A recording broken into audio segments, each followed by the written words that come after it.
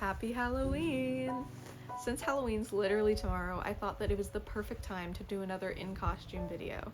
So today we will be making the iconic bacon and eggs from Howls Moving Castle. But since this is a baking channel, we will be making them out of meringue instead of, regular bacon and eggs. Let's go to the kitchen. The first thing you're going to want to do is preheat your oven to 225 degrees Fahrenheit or 107 degrees in Celsius. Next, you're going to need a grease-free bowl. This is because if there's grease in the bowl when you whip the meringue could fall.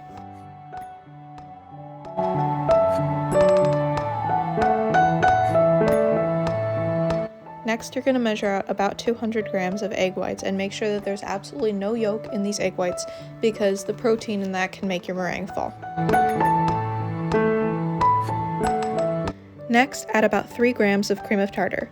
Cream of tartar is an acid that's used to help stabilize the proteins of the egg white, which helps trap air and forms the stiff peaks of the meringue. You can also use a different acid like lemon juice, but I don't know what measurement you would use for that in this recipe.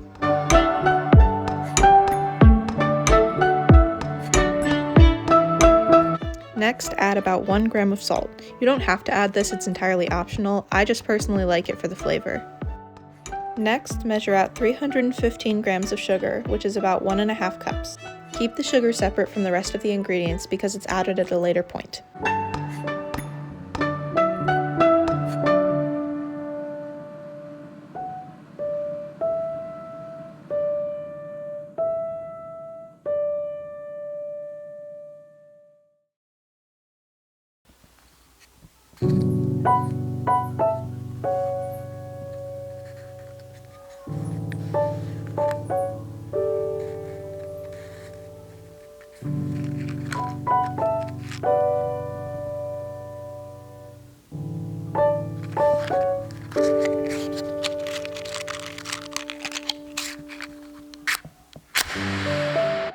Now we mix the egg whites, cream of tartar, and salt at a low speed until it becomes foamy.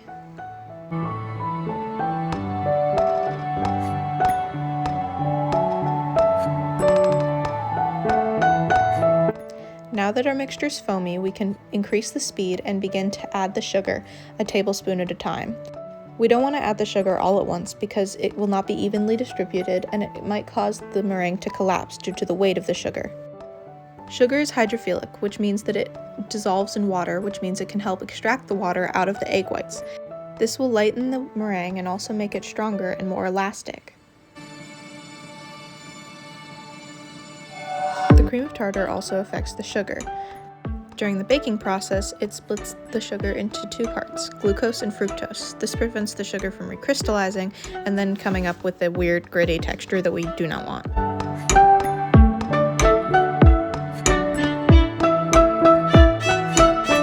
You don't want to over whip your meringue because then it might not cook properly, so make sure to check it a couple times and see if the peaks are stiff enough. I decided here that they weren't quite stiff enough and I wanted to whip them a little bit longer.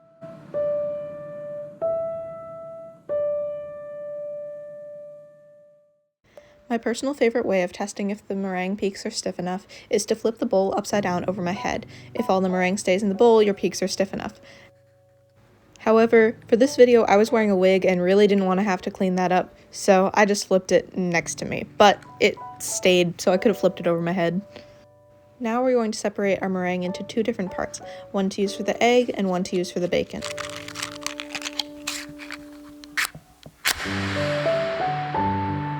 Next, we need to gather all of our supplies to pipe out the meringue. First, we need food coloring, and for this, we're going to use red, yellow, and brown. And then you're also going to need a baking tray, a cup, a piping tip, and a piping bag.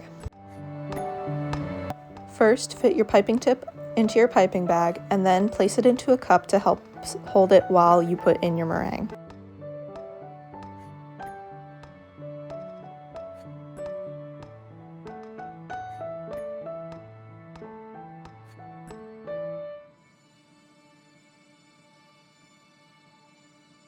Place a silicone mat on your baking tray, and then start piping on your eggs, I guess. I just piped random shapes for this because when you fry an egg, they just kind of go where they want to go. I then piped a second layer to try to help smooth out some of the parts that had big dips in them, and then I swirled it around with a toothpick to help break up those big lumps.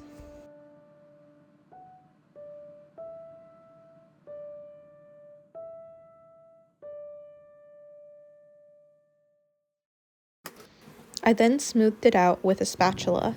It's not perfectly smooth and it kind of kept sticking, so they're not perfect, but they still looked pretty good.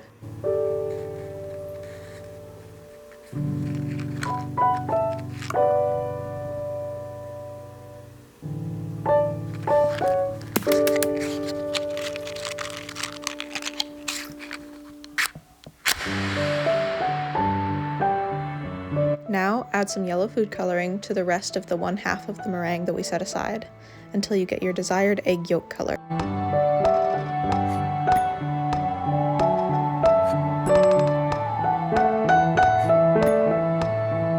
Once you get your desired egg yolk color, put it into the piping bag and then squeeze out a little bit, just because there might be some white left in the tip. Then start piping on your egg yolks. I piped the egg yolk onto the places on my meringue egg that I felt were the most messy looking to help cover it up.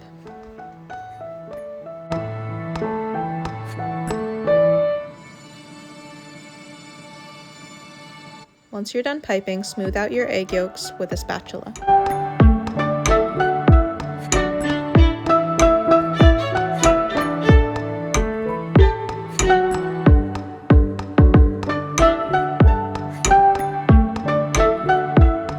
Now we're going to make the bacon. I wanted to make the bacon chocolate flavored, not only to give it a different taste than the egg, but also to make it more of a brown toasted color. Add 1 tablespoon at a time. I personally did 2.5 tablespoons until you get the amount of chocolate flavor that you want in your meringue. This step can be a little bit messy, so from experience, start with your stand mixer on a low speed and then increase the speed so your cocoa powder doesn't go flying everywhere. Now separate that into 2 colors. One we're going to leave brown and the other one we're going to mix some red in to give it that bacony pink color. This is where I've spilled red food dye on my hand, which is always going to happen, and of course it had to look like a murder scene. Once you have your desired colors, set them aside, grab a cup, put your piping tip in your piping bag. I used a flat one this time instead of the same round piping tip, and start alternating the colors of your batter. You want to alternate them so that then you can get those distinctive lines that are in bacon.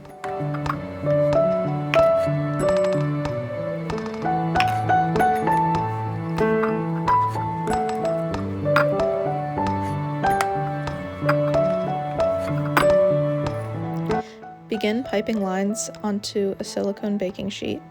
I started with 3 lines, but then I eventually decided that 2 made the more bacon look. I started adding little wiggles into it to give it that crinkly bacon texture.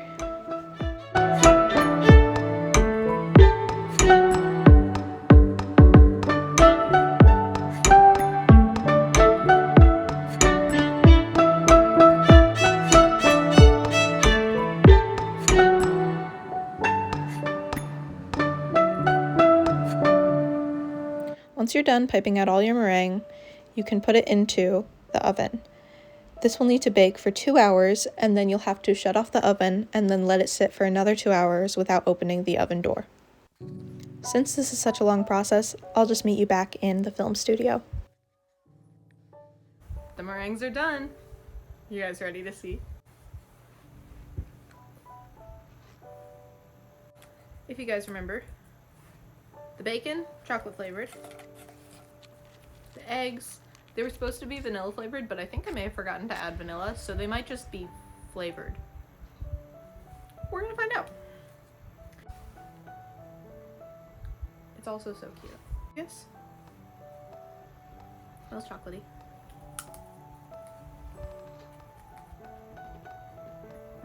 Definitely chocolate flavored. Alright, now let's try the egg. Isn't it so cute? I think it's so cute. This is very good. Thank you for joining me while I made my meringue, bacon, and eggs. I hope you have an awesome Halloween, and don't forget to like, follow, and subscribe. Bye! Today we'll be making the iconic Aiken and Bags. I thought we would make the iconic bacon and eggs. Damn it, I said it right. Why did I? Okay.